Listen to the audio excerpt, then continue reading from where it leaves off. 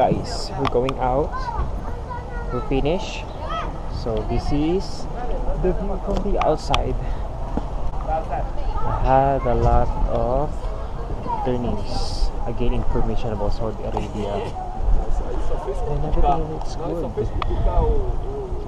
And let's see what surrounds it.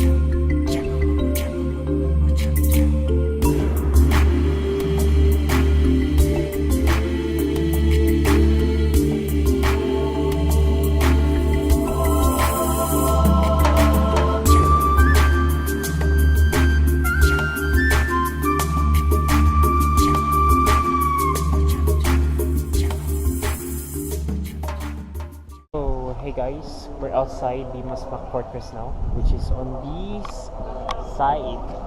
So this side is what they call the market. The Arabic of market is souk, S-O-U-Q.